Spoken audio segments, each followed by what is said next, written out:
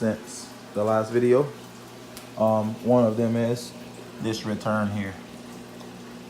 I've added some extension, some length to kind of push this oxygenated water more towards the right side of the tank, because I've noticed that I had an empty spot here. Also, speaking of the very oxygenated water, as in my bubbles, look how much I have there. I know you're wondering how, why, but as you see, my fish are not gasping. They're not working that hard, giving the fact that I have such strong current. Well, my oxygen is so nice in the water that my fish actually have very great oxygen. They can breathe very well. Well, I'm not sure if breathing is the word to say for fish, but it sounds good. But as you can see, my fish don't have to work too hard. They can just enjoy the water, more of a natural environment. The Oscar itself, mouth closed, not really gasping a lot. Also, I don't have the nasty film buildup on the top of the water anymore neither, which I also helped get rid of that. I don't know if you see that big suction deal upside down return over there, skimming the top like an overflow. But oxygen also from adding those bubbles gave me a little bit more break in the top of the water, so I didn't have to add charcoal in order to clear my water up. Actually, that did just fine with helping keeping the top clean. And there's that double return that I made there. One sucking from below and one sucking from the top. And I have a second one that's skimming all through the midsection. But also, new add to the tank, other than the worms that I fed last night, is another 90 on my return, blowing oxygen right above these quad power head where the Placostomus likes to hang out all of a sudden. That was another ad that I did recently, which helped, as you can see, show my current, kind of show what's going on.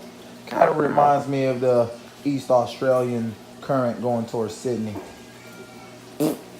Nice try, but yeah, there it is. Oxygenated water, how I want it, but there is more adds to this setup. Got rid of some of that filtration now that I have very clean, nice water. Remember, I had the 3 stages of filtration. Got rid of some of those, and I kind of changed up my style of filtration. It's still pretty much the same thing, but a different style, because now in my 55 here, I have kind of this 10-gallon setup in the middle. Yeah, I love it. And what are those? I see 4 now perch, and I see 2 tilapia, raising those now perch babies in there. I got my stick in there for good bacteria. I've had it for a long time, pretty much for the growth of that big guy. But also I put some plant vegetation in there. I also have my dual heaters in this section of the tank to keep the water right at 78 degrees. Just like the natural habitats. Also another ad, I'm not sure if you can see it here on camera, but that is just a water bottle that I cut and I notched, because I do feed floating pellets. It allows them to suck up, and it allows the babies also to get in there and get some before the big guys. We all know tilapia, they eat everything, so that allows those guys to get in there. What made me come up with that deal, I left them in there so you can kind of see. You see what happens to the food. My current is so strong and so well that any floating pellets that goes inside of this sump setup are just gonna float away. You won't get no use out of them. Maybe eventually they'll go back through the filtration system and be just microparticles in the water to feed that guy. He eats anything and everything. But also, one more new thing added to my tank setup is this homemade bubbler system I made from a power head and a drilled piece of air tube. Held on just by a zip tie. I've sat it in the last 1-gallon section of my sump tank, which also, as you guys can see, taking out all the extra filtration. Actually bring my water level up a little bit so I have less splash noise, but kind of give and take because I gained splash noise there. So on the other side, but yep, I got that power head blowing directly into my 1800 gallon per hour pump, sucking from the bottom there with the T, and it is doing freaking awesome. Just from it being there, there's the outcome. Also, one more new thing I did with my filtration system below is I added some of my bio balls to my sock so that it can kind of serve as a dual purpose without all the extra filtration in between. I can get double filtration here. Another form of filtration is coming also from these tilapia now perch. We know they eat anything. They eat any leftover food in the water, any feces of those such that's coming from this top tank.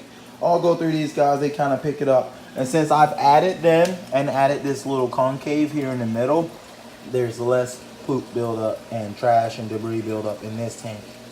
So I have this filtration system to the right, double going through the bio balls, through the micro bag, down and under, up and over, down through tilapia territory, getting picked clean of anything that's in it, coming up and over this barrier, running into these bio balls. Anything there, as you can see, just like this food is just gonna break down and fall through, collect down here in the bottom. Then it comes through, runs through that string of bio balls.